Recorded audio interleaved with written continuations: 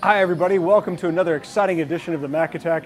I am Mac Engel of the Fort Worth Star-Telegram here at Ojos Locos Sports Cantina in downtown Fort Worth, Texas, or as I like to call it, Loserville. Thanks a lot.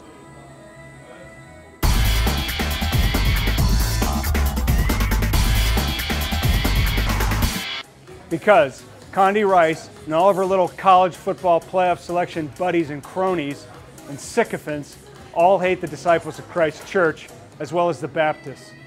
That's a joke, of course. They don't. They really don't. But clearly, the selection committee did not like TCU and didn't like Baylor. For whatever inherent bias that they've acquired over these many years, they looked at the final three teams for that fourth spot and said, wait. Ohio State's not as good as Baylor? Ohio State's not as good as TCU? I don't think so.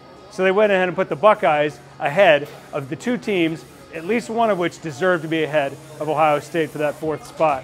Nothing you can do about it, man. I hate it. But as a result, we're all a pack of losers in Texas.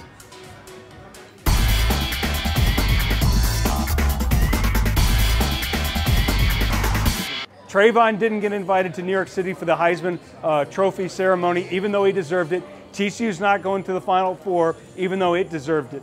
They're going to be loaded next year, and if they don't have a chip on their shoulder going into next year, I don't know what they will possibly need. That should be the preseason favorite for the 2015 Big 12 Championship and the right to finish fifth in the College Football Playoff Selection Committee once again.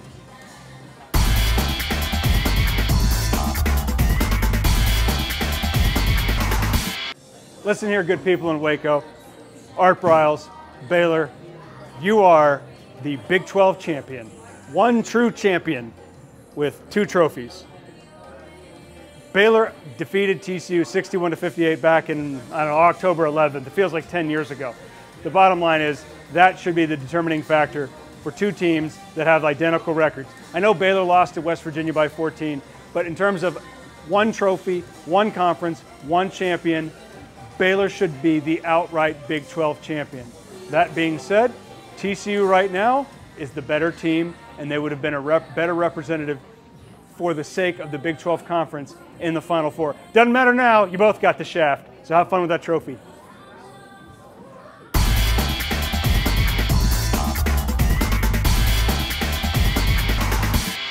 Cowboys are 3.5-point underdogs for a reason. That game on Thanksgiving Day was awful. It's going to be different this time. Tony Romo will have had an entire week off. The Cowboys will have had more than just 2 days of rest between games. The Cowboys will have had essentially 10 days off. They're about as healthy as any team in the NFL. The problem is they're not as good as the Eagles. So while the game and the outcome may be closer, they're not better than the Eagles, and as a result, they're going to have to win their final two games to ensure their first playoff spot and the greatness that is the Jason Garrett era.